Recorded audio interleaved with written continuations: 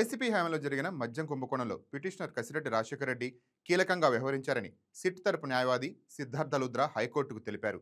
మద్యం కంపెనీల నుంచి వసూలైన ముడుపులను నకిలీ కంపెనీల ద్వారా విదేశాలకు పంపి 3,200 కోట్ల ప్రజాధనం దోసుకున్నట్లు చెప్పారు.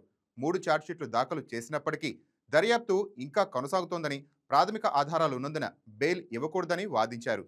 బెయిల్ కోరుతూ కసిరెడ్డి రాజశేఖర రెడ్డి దాఖలు చేసిన పిటిషన్పై ఆయన తరపు సీనియర్ న్యాయవాది నాగముత్తు వాదనలు వినిపించారు. 7 నెలలుగా జైల్లో ఉన్న నిందితుడిని నిరవధికంగా నిర్బంధించడం వారి ప్రాథమిక హక్కులకు విరుద్ధమని, దర్యాప్తునకు ఇంకా చాలా సమయం పట్టే అవకాశం ఉండటంతో బెయిల్ నిరాకరణ సముచితం కాదని వాదించారు. నేరం తీవ్రమైనదే అయినా దర్యాప్తు తగిన సమయంలో పూర్తి కాకపోతే బెయిల్ నిరాకరించడానికి ప్రాసిక్యూషన్కు అవకాశం లేదని తెలిపారు.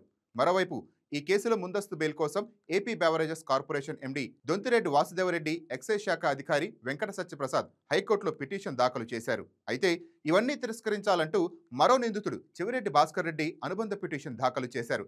సహచర నిందితుడు ఇటువంటి అనుబంధ పిటిషన్ వేసి ముందస్తు బెయిల్ పిటిషన్లు అడ్డుకోవటం ఇదే మొదటిసారి చేస్తున్నామని కోర్టు కామెంట్ చేసింది. ఈ విధమైన అనుబంధ పిటిషన్లు వేయవచ్చా లేదా అనేది పరిశీలించి నిర్ణయం ప్రకటిస్తామని తెలిపింది.